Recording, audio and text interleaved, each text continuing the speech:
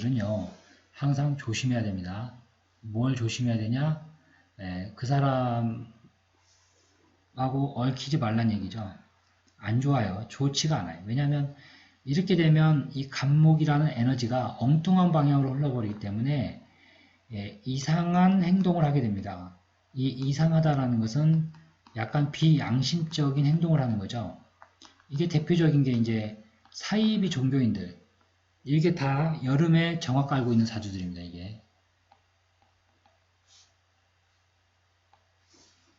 그래서 사주는 옆에 무슨 글자가 있느냐에 따라서 완전히 달라지죠. 이렇게.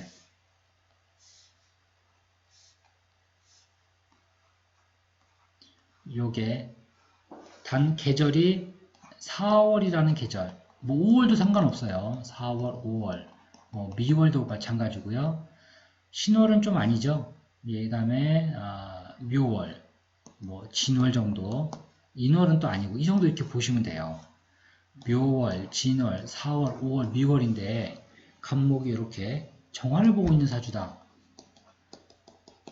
이렇게 되면 이런 걸 어떻게 해석하냐면 미월에 이제 곧 있으면 가을이 되거든요. 신월이 됩니다. 신월부터 열매가 형상을 완전히 갖춰버리죠. 이 형상을 갖춰야 되는 이런 계절에 그렇다는 얘기는 뭐냐면 미월이면 무조건 간목은 병화를 봐야 된다는 얘기입니다.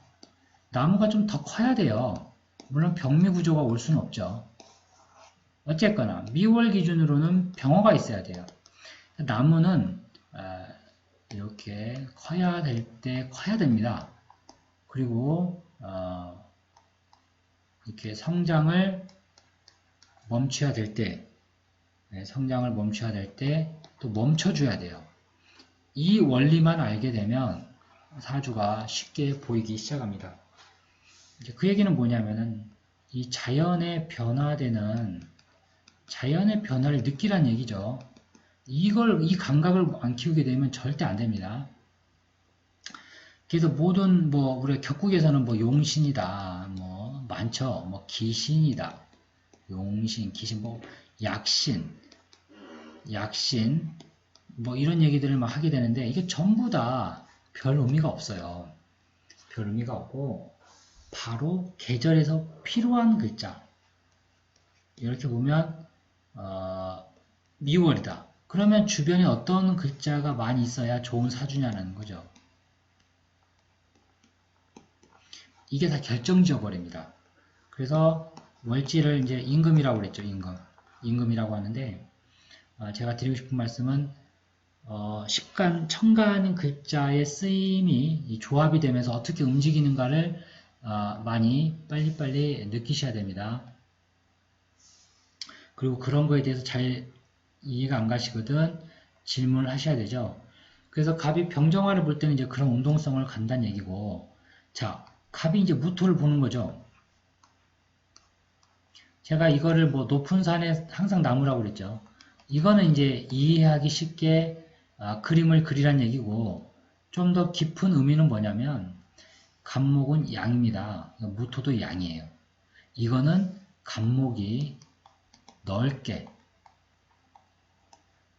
그리고 크게, 넓고 크게 공간을 우리가 이제 공간이라고 그러죠. 갑자기 이게 생각이 안 나네. 이거 빌공자네요. 이 공간을 넓게 쓰겠다는 얘기입니다. 쉽게 얘기하면. 이 무토는 터전인데 양의 터전이기 때문에 넓게 에너지를 갖다 이렇게 모으는 습성이 있어요. 에너지를 넓게 모으는 거예요. 그럼 기토는 작게 모아요, 에너지를. 이렇게 작게 모으는 겁니다. 그래서 작은 공간을 얘기하기 때문에 논밭, 정원이라고 제가 이제 말씀드렸죠. 근데 이 근본된 에너지의 차이를 잘 아셔야 되죠. 한마디로 간목이 무토를 보게 되면 얘는 펼치는 애예요. 크게 펼칠 크게. 한마디로 큰 거 먹으려고 한다 이거죠. 큰 거 한 방. 이게 좋을 수도 있고 안 좋을 수도 있죠. 이런 개념입니다.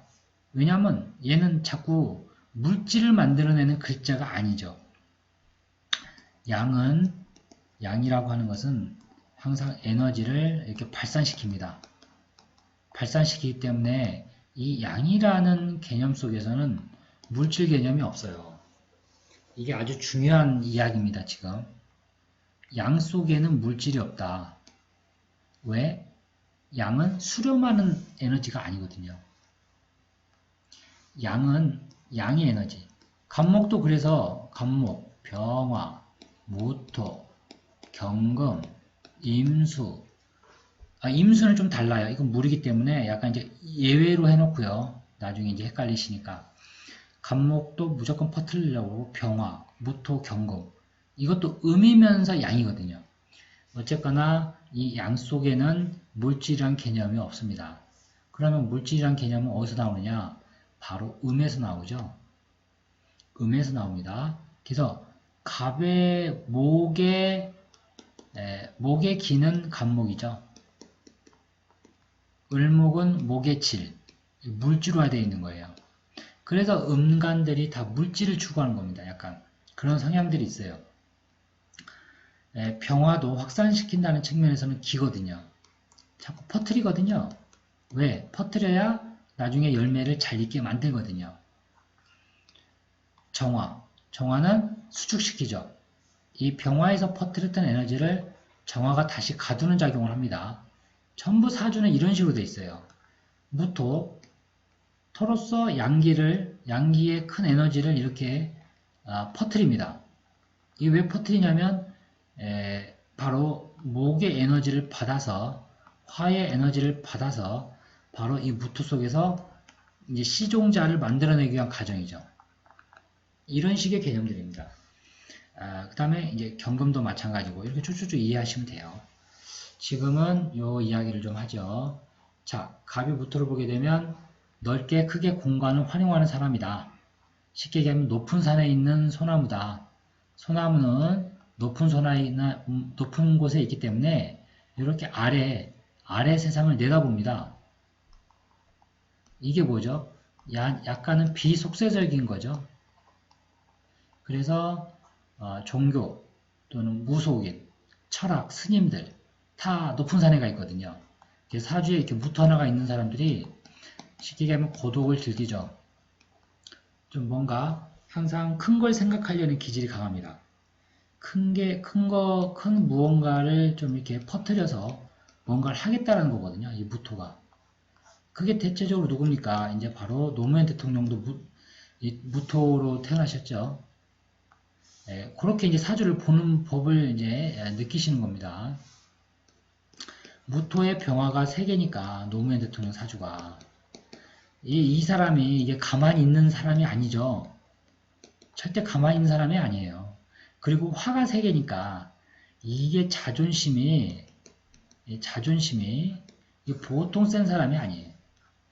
이런 형태의 구조가 혹시 누군지 더 아시나요? 제가 예전에 하도 이제 요 사주 공부를 하면서 제가 이런 패턴을 연습을 많이 했거든요.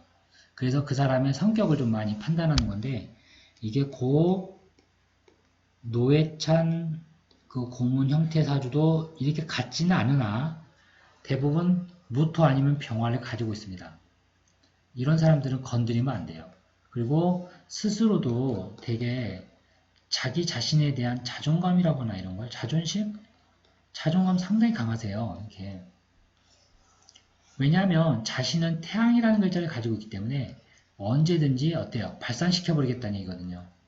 그러니까 조그마한 충고나 누가 자기를 잘못했다고 하게 되면 이게 스스로를 못 견뎌야 합니다. 그게 바로 이제 글자들이 가지고 있는 각각의 특징들이죠. 다시 좀 이어서 하죠. 이렇게 갑이 물을 볼 경우에 제가 설명을 했습니다. 자, 갑이 이제 기토를 보는 경우에는 갑의 양적인 에너지, 뭔가 자꾸 잘하려고 하는 그런 에너지가 기토를 보게 되면 기토는 다시 또 수축시킵니다. 무토는 같은 토지만 발산시킨다고 그랬죠. 그래서 공간을 넓게 활용하죠.